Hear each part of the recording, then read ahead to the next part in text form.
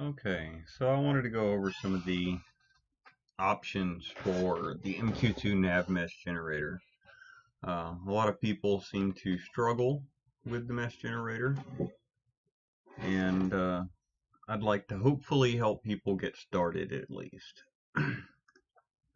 When you first start the mesh generator, it's not going to know where your EverQuest or your nav meshes are supposed to go. The EQ path should be hopefully quite obvious. In my case, I got two drives, and I'm storing the Navmesh, or I'm sorry, I'm storing EQ on the secondary drive, which I've labeled A. So all you need to do is find the folder, select the folder. Alright, and the same thing for the Navmesh path. It doesn't want the MQ2Nav folder that you might have. Let's go here to my release folder. Excuse me. Okay, so you have this nav folder, and that's where you would store your meshes, but that's not what it's asking for. What it's asking for is this folder where MacroQuest itself is stored. So you need to go to what's by default the release folder and select that folder. And now when you save meshes, it will automatically store them there. Alright, so close that, and now when we open a zone, let's say we open one of these befallen zones. I don't know anything about them, I've never used them, so I'm going to build a mesh, and I can navigate around with the WASD keys. Alright, so if I build a mesh and save the mesh, I can then go into the folder where release and then MQ2Nav, and it will be stored in there. If I have any objects, meaning I've zoned into here before, then it will show the objects are loaded here as well. Now, what are some of the features of MQ2Nav? Most people they come over here, they hit the build button, and then they save, and that's it. Okay, well, that's not all you need all the time. Now, I'm afraid I don't know much about Befallen. Let's choose a zone I'm familiar with, and that might even be helpful in explaining some of the quirks that MQ2Nav has. So we're going to use Velks. In this case, I've built one with a very small tile size. What I'm going to do is I'm going to reset the settings and build a mesh with default settings. Velks has 0 zone objects loaded. Now, I've been here before, but there are no objects in the zone. Everything is actually built in as part of the world, such as these. That's actual parts of the world. They're not loaded as individual objects. I believe House of Thol is when objects really started becoming a thing. Okay, so we've built our mesh, and now we should be able to navigate anywhere in the zone, right? Wrong. Not in this zone, and not in a lot of zones like it. A few of the problems that you run into with zones like this is the multiple layers, having multiple floors that go up and down. And it's usually not actually because of the layers that's causing that problem. What you often find in zones like this is there will be broken parts of the mesh, and not broken in the sense that it just doesn't work right. It's working as it's intended to work. Like this spot here is going to prevent you from getting up too high because it is separated right here where it comes to a point, and you can't really navigate there. One of the things that I've tried to do to fix particular spots like this is I've tried to reduce the radius. Now, I want to explain the radius. The radius is the distance you see where the mesh is not present along the edges of walkways or even up against walls. You'll see here there's a wall there, so it has a barrier around it where it just doesn't build the mesh at all. And the reason for that is MQ2Nav likes to walk along the edges, cut the corners, and all that great stuff. And it's going to try to navigate like to the inside of this corner. For example, if I was to navigate from right around here on the bottom to up here on the top, it would try to be as close to that corner as possible as it takes it, because it's actually a longer path to come up here and go along the outside edge. So you have a radius away from the wall. And basically that's based on how fat your character is, on how big you want that to be. So larger races like ogres and such, they might want a larger radius. I don't exactly know what radius to use for the larger races, as I don't use a larger race. But 4 seems to be fairly friendly to all races. However, as you can see, it also affects the navigation paths, where it ends up breaking the mesh in some places. So you might have to fiddle with it until you find a good one. So that allows me to create a path there. And this doesn't have to be very big space. All it's got to do is be connected, really. You'll find spots like they're connected. And here's you another disconnecting location that you'll find right here when trying to navigate Velks. Now, you get this with sharp edges, where it just goes in a 90-degree angle up, because MQ2Nav believes that by default to be a wall, because all the other walls go up in a 90-degree angle. Why would it think that this is any different? So it doesn't build there, and that's where max climb comes into play. You might be able to climb a larger height by adjusting that. Now, I know my dwarf can run up there, but probably more along the edge. So the unfortunate part about adding to my radius is now my dwarf is too short to walk up this. So if you primarily play short classes, or let's reset that, or you shrink everywhere you go, then maintaining the low radius is actually better, as long as you don't find yourself running into objects very often. So again, when you build a mesh with the default settings, you can see it's still broken right there. And I can fix that particular bit by increasing my max climb, and now that that is connected, I'm okay to go there. However, again, that does not fix stuff like that. So is my mouse quits glitching. This is just never going to work. Now, the way we can check that without ever getting into the game, and even check over here where I've corrected the navigation path to connect, is to come over here to the beginning. And I'll just zoom out here. This is the beginning. This is where you come in, and this is the start. Now, right here in the top, you have the Navmesh tester tool. Bit of a tongue twister. And so, by default, we have pathfind follow. We also have pathfind straight, pathfind sliced, find distances to walls, and a lot of other little useful tools. But I'm not really sure about all of them. I primarily use the path to follow.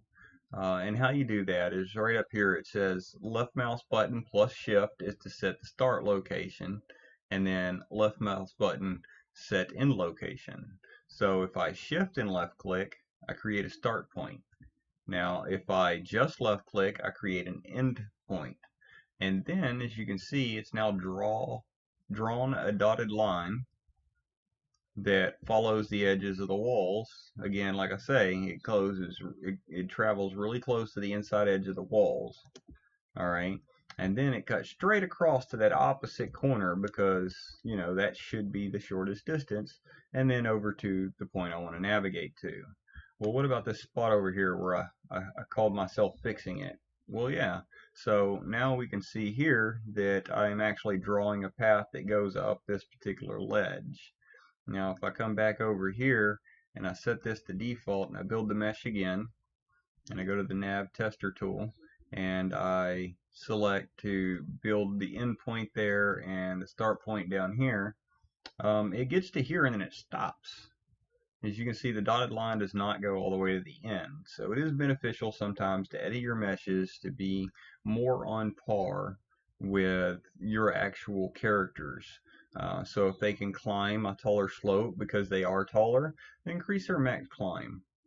You know, even if it's only by one unit, you know, it might make the biggest difference in the world between your mesh working and your mesh not working.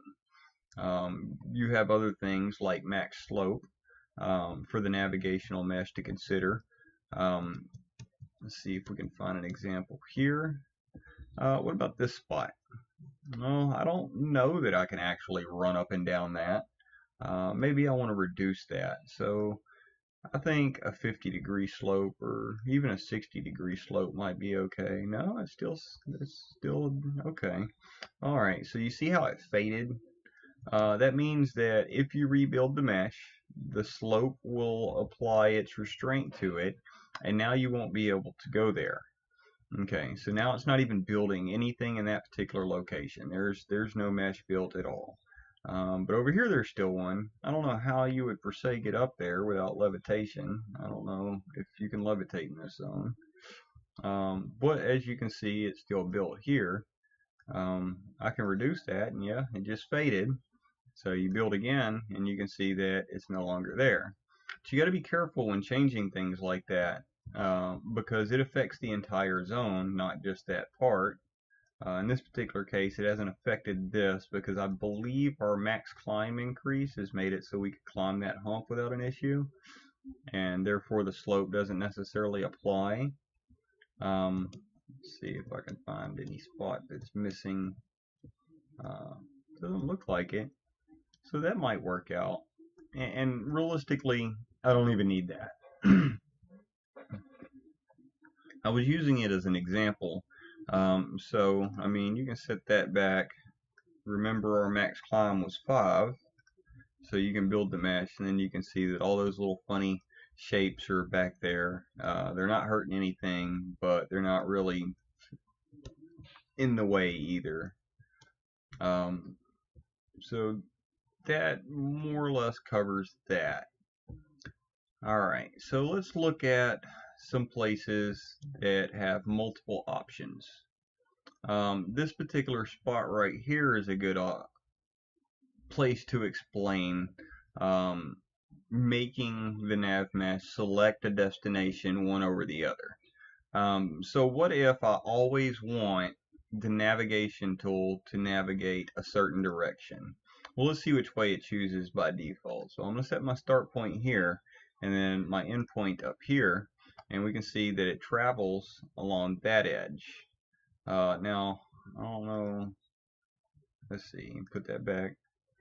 So what happens if the endpoint's there? Well, it'll go there and there. So it just kind of depends on which side is closer, maybe. So let's say I want to put the point there. Let's go with that. Alright, so now I want to get into what's called the Mark Areas tool. For the Mark Areas tool, by default, you have not walkable, walkable, jump, and water. Water is a high avoidance type thing.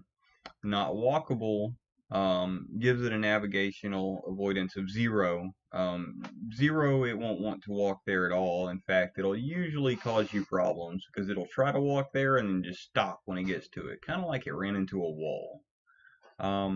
For us, however, we would typically use our own, unless it's actually water, in which case you could use the default one.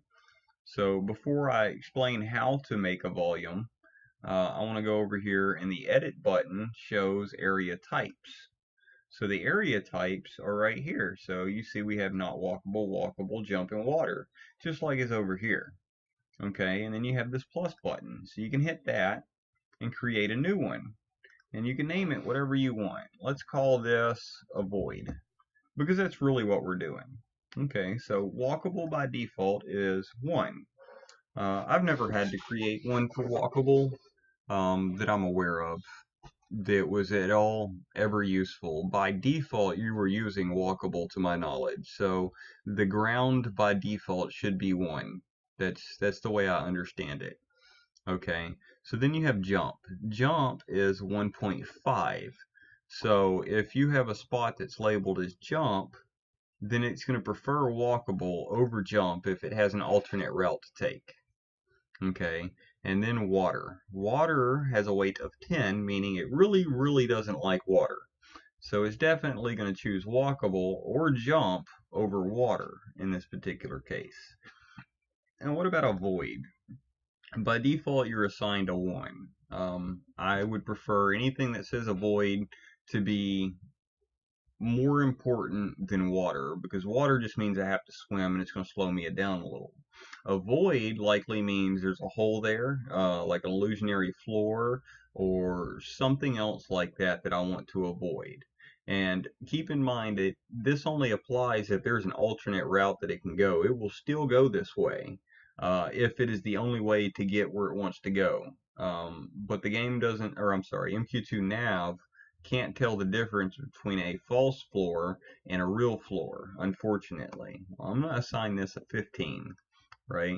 And you can just click anywhere off of there, close that, and when you come over here to the area type and click the drop down, you can see that a void is now in there. All right, so now I want to avoid one direction more than the other in this particular area right here. So before we had clicked and then clicked along this edge, and that was what we wanted to do. But I'm going to do the same thing as far as where I click, but first I'm going to create a volume, and that's an avoidance volume. Now if you have selected this at this point, you can click, and if you look, it's hard to see, I got a red pixel there, and that was my first click. My next click I'll put over there, and I'm building a box, so to speak, thinking about laying out a box. That's probably the easiest way you can explain it. Now if I put this box, even if it's only that big, okay, it's not going to look very big. The outline for it, you can see, is right here, and it goes across the floor here. I want to create the volume. Now you can't make this volume cover any more area left and right, front to back, once you hit create volume. So if you need that to extend further, maybe down here, then you need to go ahead and do that, and maybe even up here you need to do that. Now the boxes don't have tilt at all. They don't tilt with the floor. They're very flat. Okay, and as you can see, it's not really covering the whole floor in this case because it's sloped. I'm going to go ahead and create volume anyway. Alright, so I've created my volume and it's present, and it's only covering this little piece. Now that alone, in theory, should be enough to tell it, hey, let me avoid that area. So I'm going to shift left click here to say my start point, and then I'm going to come over here and I'm going to left click regular. As you can see, whereas before the closest distance was this way to get to here, now it's saying, well, I got an avoidance spot, so I'm going to avoid that. Now that only really matters if a little bitty piece all the way across is saying to avoid. However, if you have something with a higher weight, let's create another one. Let's go to area types again from the edit button and hit create a new one. I don't want this one to be so close in color. And green kind of says that it's okay.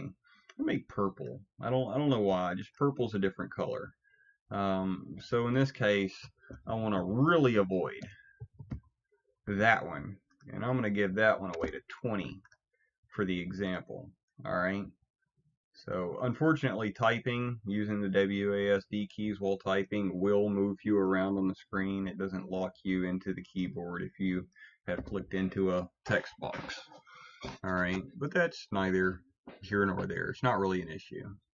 Alright, so once I've done that, I can create a new volume, and here I need to change it to really avoid. Alright, and I'm going to select my area. Now I can name these if I want. Right here where it says name, I can come in here and type left, right, up, down, anything I want. No, in this case, we'll say no, just that's it. Alright, once you type in the box, you can click anywhere on the screen, which I've already done, and that will get you out of the typing box and allow you to click where you want your points to be. So again, we're going to select a little section, and we're going to say avoid that. Alright, so now we can go ahead and create the volume. Alright, now I want the volume to really cover this area though, so I'm going to give it a bigger height so I can save that. Okay, and you can see my height has gone up. It's covering the entirety of it. Now this one's weight is 15 and this avoidance's weight is 10. Or I'm sorry, no, this one was 20 and this one was 15. So the red's 15, the purple is 20. And again, I'm going to try to navigate there. I'm going to go to the tester tool, and I got the path find follow.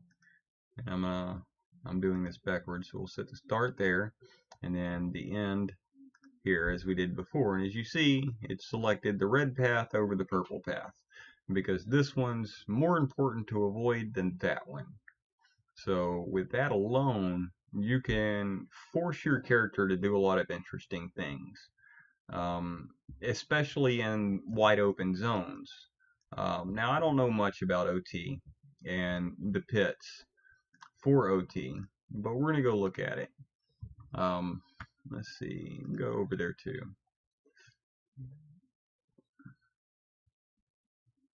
Did it? Okay, I guess it's just loading. Oh goodness, I already built this. Okay. Yeah, so it's going to lag me up a little. This is quite a large zone. Alright, so I'm told that there is traps somewhere in here. I'm unfamiliar with them. I just know that there's traps. Maybe I just don't want my character to ever try to navigate across this for whatever reason. I don't really know why I would want him not to navigate across that, but I just don't want him to. So that's where I would use the Mark Areas tool, and I would say create new. Come over here. As you can see, my options are not there anymore because I've loaded a new mesh. Go to edit. I have to create a new area type. Come down here. You have to make sure you click on stuff because when you're quickly clicking on stuff, the program, when it's lagging like this, it's not recognizing that you're clicking on it. Bad. So that's what I'm going to name that one, and then I'm going to call that one 30 for giggles. You can assign it a weight of your choosing. Alright, so I've moved myself around a little bit by typing, it seems. Oh, or a lot of bit. Jesus, where'd I go? Here we are. Okay. So, same thing. You can click on an area. Down here, you say bad. Alright, now I don't want to even think about stepping on it. So I click there, there, there, and there. And then it doesn't cover what I want just yet, but we're going to go ahead and create the volume. Alright, so this is my walkable path. All I got to do is cut off the entry points realistically, and he'll prefer to go elsewhere as opposed to entering that area, right?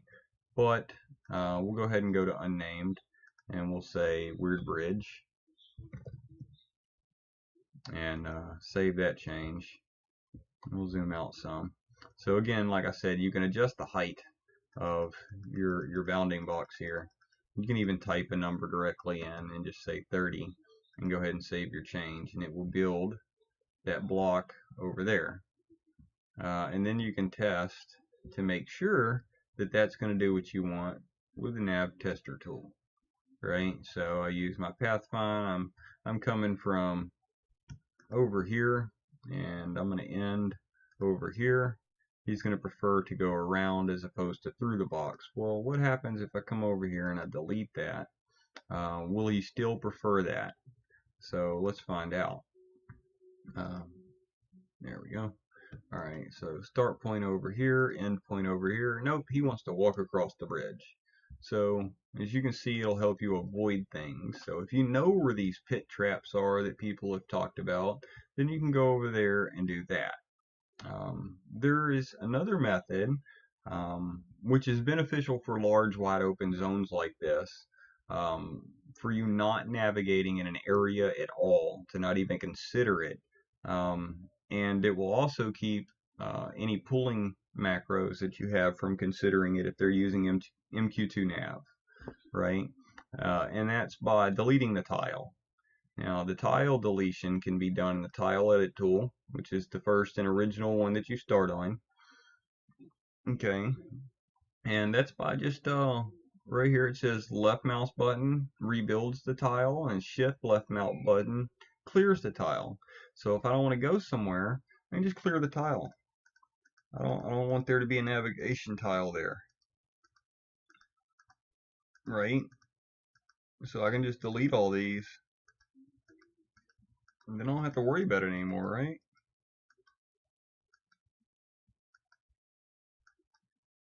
So now I shouldn't even try to navigate in that spot because he doesn't know how to navigate in that spot.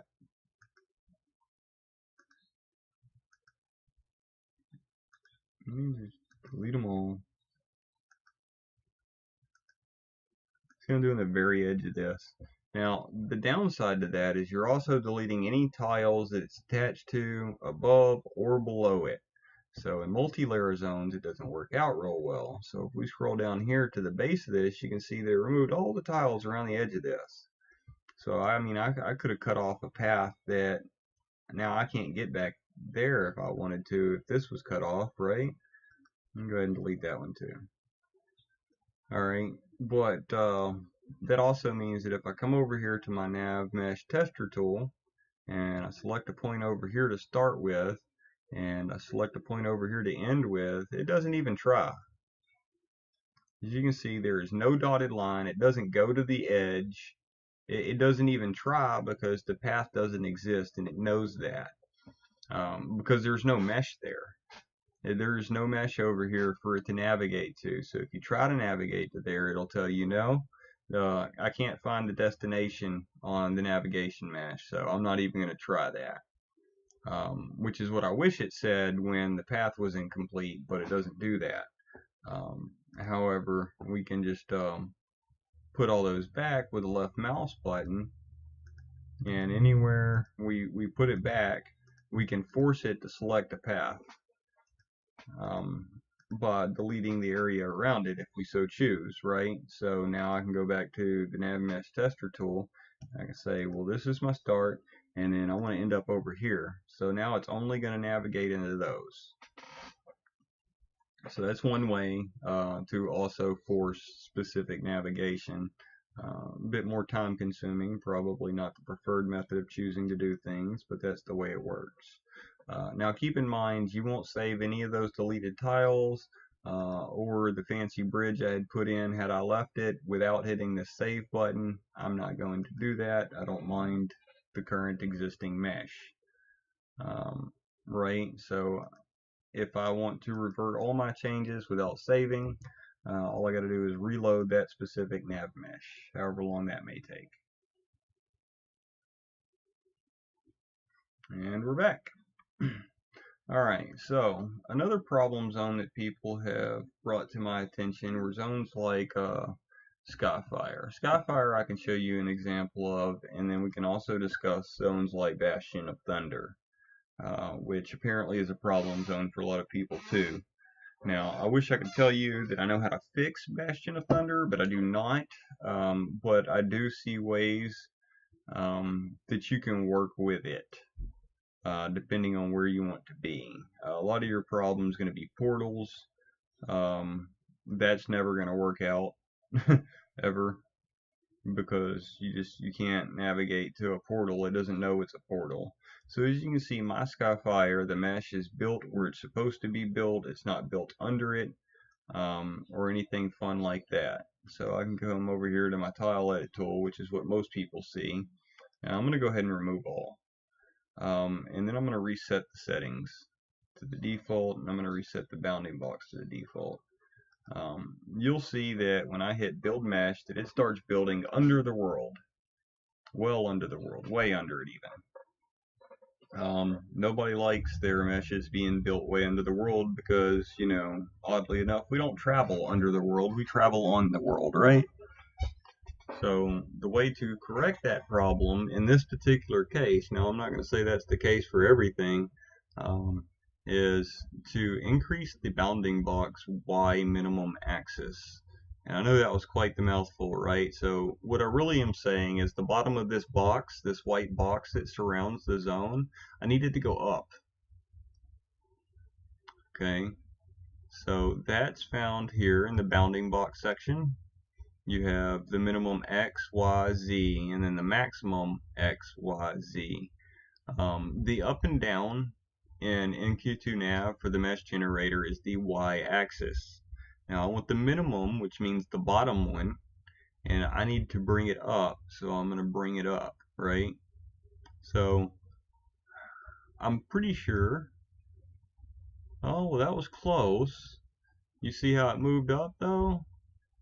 So I don't want to make this about a guessing game or anything like that. We're going to go ahead and stop it, right?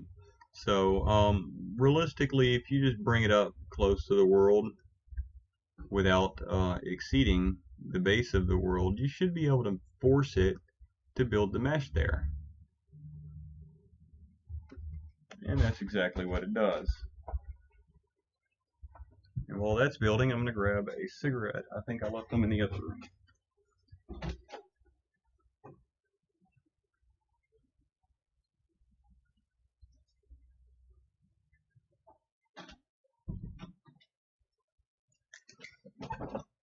Well, as you can see, it's not building near as fast as it did when it wasn't trying to go around objects, right? So it appears I have one zone object, and then there's actual walls for it to avoid now, so it has to create its radiuses and things of that nature. So it's quite a bit slower when it's building the actual implementation. Just wanted to make sure we were still recording and move my window a little bit.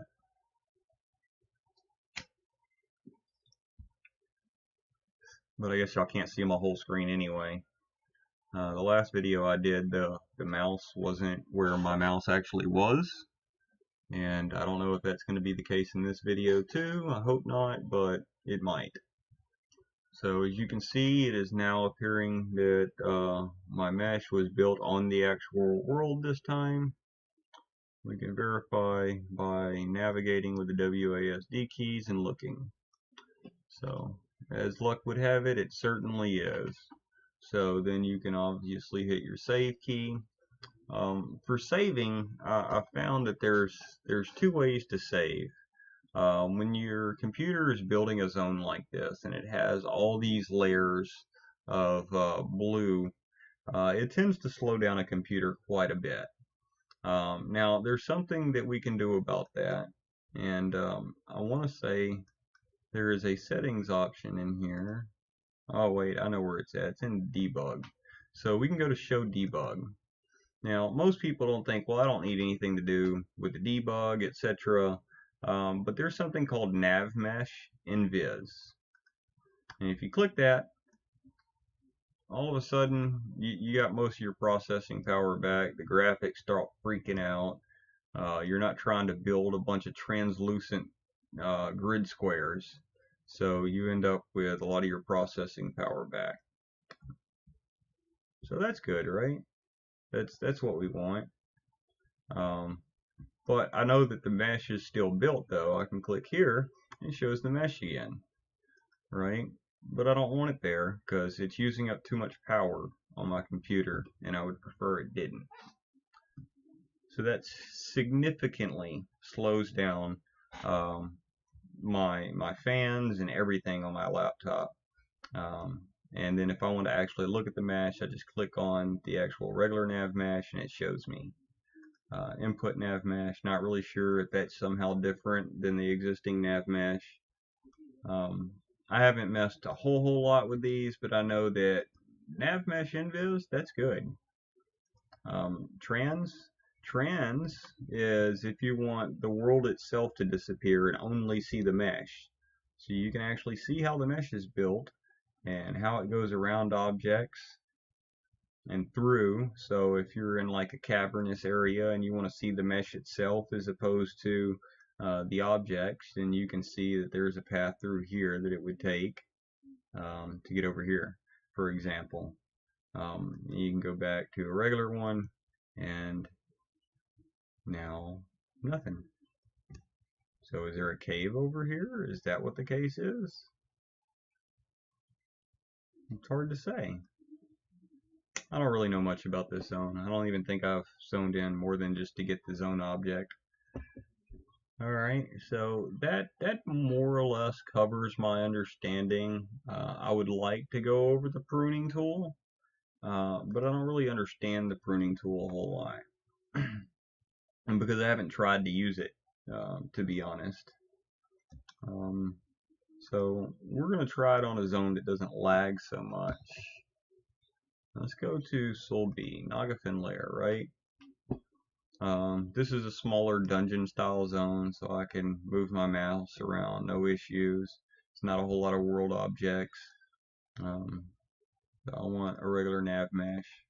You can see it still doesn't slow me down with the mesh on. I think they used the pruning tool a little bit in here. Not entirely sure. Let's go ahead and, well, I guess the minimization, there it goes, is says here left mouse button to fill area. Alright, so I filled the area. Now I don't want to go down there. There's no obvious way out that I'm seeing. Am I on the wrong side here? Yeah, I mean, I don't see a way out of that without, you know, gating or something. Right? So I think that's actually full of lava. So we could identify it as lava if we liked, with one of our mark area tools, or we could just prune those. I think let's clear this. No, I didn't want to clear the selection. I want to, no, okay, so this is opposite. I don't have a prune selected, I have a prune unselected. Let me clear selection. Alright, so if I click here, prune unselect, like, Jeebus. Is it pruning the unselected? I don't really understand. It's darkening it. I don't know if that helps me. Well, I guess it's clear what is attached to this landing pad, at least, because they're different colors. Now, did the prune tool do what I wanted? No, I don't know.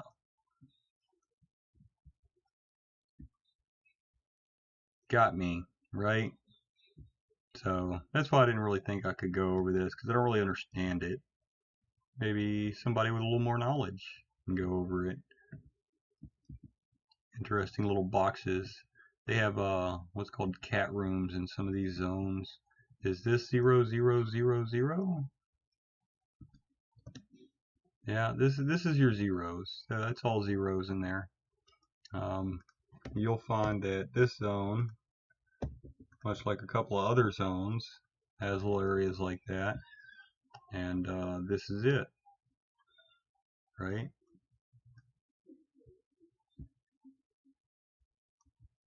So that more or less is what I understand of Navmeshes. Now I said I would go over Bastion of Thunder, I think.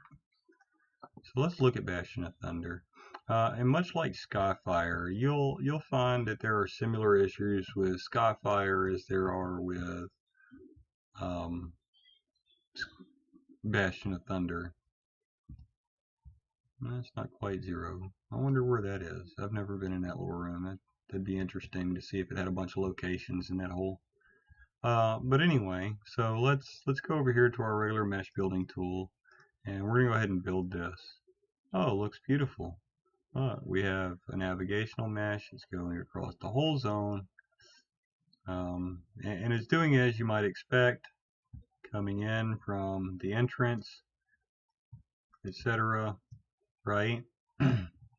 So that makes that earth side, whatever those dudes are, that guy over here, I guess that's lightning, and yeah, blah blah blah. Okay, so anyway, the problem isn't really down here. It's fine up to this point, but this we want. That's a good place to be right there, right? Because that's the portal. So I want to go to the portal, but how do I tell the portal to go up? Oh, wait a second. It looks like we have another Skyfire issue going on here. it's not building my mesh where I think it should be built, which is where the ground actually is. It's doing this again, right? So it's working in some areas. So like here, it's kind of working, right? It doesn't build across these steps, unfortunately. Maybe I need more max climb. I can build my mesh there. No, that didn't really help me any bit. So this is why you have problems with this, because it breaks over and over and over and over again, right?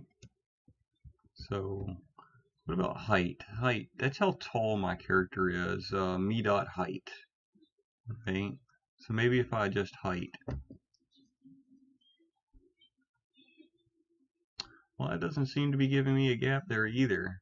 So this zone is a little bit like Velk's, in that there's just really no good options for navigating around inside of it. And again, you have stuff being built well below where it should be. And so again, we can increase the bounding box, but the problem with that is the very bottom of the bounding box is already at the very bottom of the zone. So if I increase the bounding box's minimum Y, I am again going to run into the same issue. As you go up here, you'll see that the max Y is also at the maximum height of the zone. So the bounding box playing will not work here, right? I mean, it does, but not really. It'll work. Let's show you. So let's say I increase the minimum Y and I build again.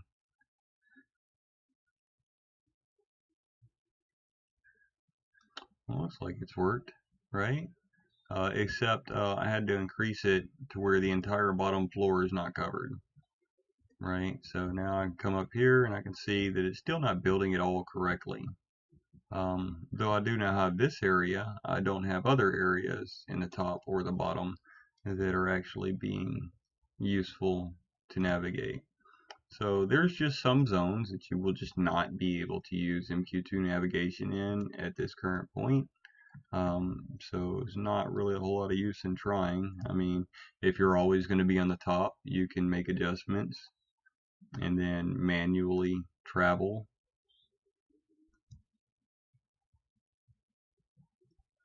Oh, looks like I got close, right?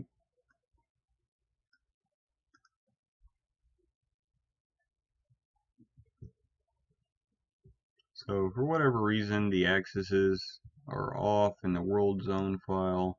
This could be indicative of a bug in MQ2Nav, but I, however, do not know near enough about coding to even insinuate that that's definitely the case, or that there is another way to do it, or even proffer a suggestion as how to fix it. So, I mean, with most things, you're going to have quirks, and in this particular case, zones like this, or zones with portals, invisible walls, invisible floors,